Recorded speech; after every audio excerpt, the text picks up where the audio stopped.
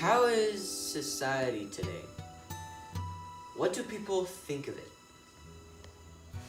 So, in a way, we're all one big worldwide community with different opinions, but we still have hopes, dreams, and good expectations for the future of our society. I'm Gabriel Bové from Salvador, Bahia, and I've been invited for this year's EF Challenge. And this year's big question is, what are your hopes for the future of our society? But before I do answer this big question, I believe it's kind of an obligation to address the elephant in the room. Or rather, the elephants. Because we just cannot condense the various problems going around the world into only just one. So today, we're going to be talking about two very important problems. So let's start by addressing the environmental problems. And the problem that we'll be focusing around today, well, it's the ocean. And to be honest, it's not really doing too good. Especially because the ocean has over 8 million metric tons of garbage, over 10.6 billion liters of raw sewage, and it keeps increasing every second that goes by.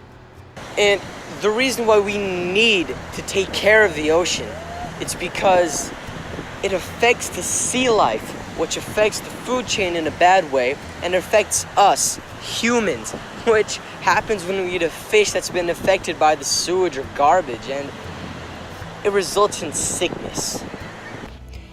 Throughout history, people have helped each other in times of need, and it's been proven that they could help each other out. And they have raised just money to do so many amazing feats. And sometimes it just seems that most of these people just seem to ignore the real problems happening today, such as the ones that we're addressing right now. Alright, so next up is education. So education is usually referred to knowledge and gaining and the lack of. But we're not really going to be talking about knowledge today. Instead, we're going to be talking about something a little different. So, what will we be talking about today regarding knowledge, you might be thinking and asking to yourself. So, allow me to answer your question with another question. So, would you believe me if I told you that the lack of education could essentially cause a robbery? So, a good part of homeless people are uneducated, and as a result, most of them end up leaning towards the action of theft/robbery. And that's kind of the reasoning behind it, but it doesn't stop there when you try to connect the dots with education, because education can be also related to teen pregnancy, and it can also be related to an early death due to the lack of self-hygiene and self-care. Is it even possible to make life better? Scientists have proven that in about 11 years, we will go past the point of no return regarding global warming. And we need to stop it in its tracks by doing even small things. Simple things such as not using too much water, reducing the amount of items that emit dangerous gases to the atmosphere.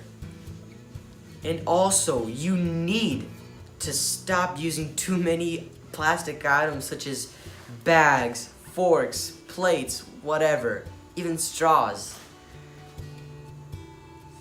Take care of the planet. And we can also take care of the educational system by simply taking a quick trip to Finland.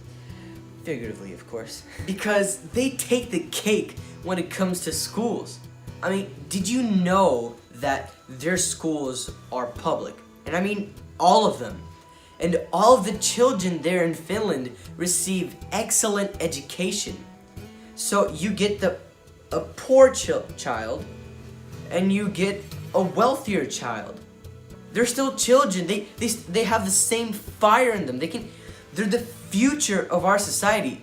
I mean, when you compare children in the US, you get public schools where are terrible, and in Finland you get public schools which are amazing. It's crazy. Children have a right to study. The children are the future of our whole society. We just need to change that.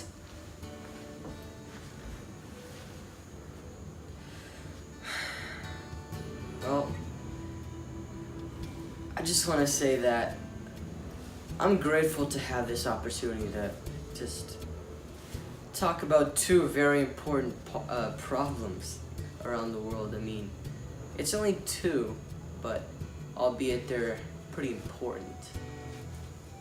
And I'm also grateful to be part of this challenge.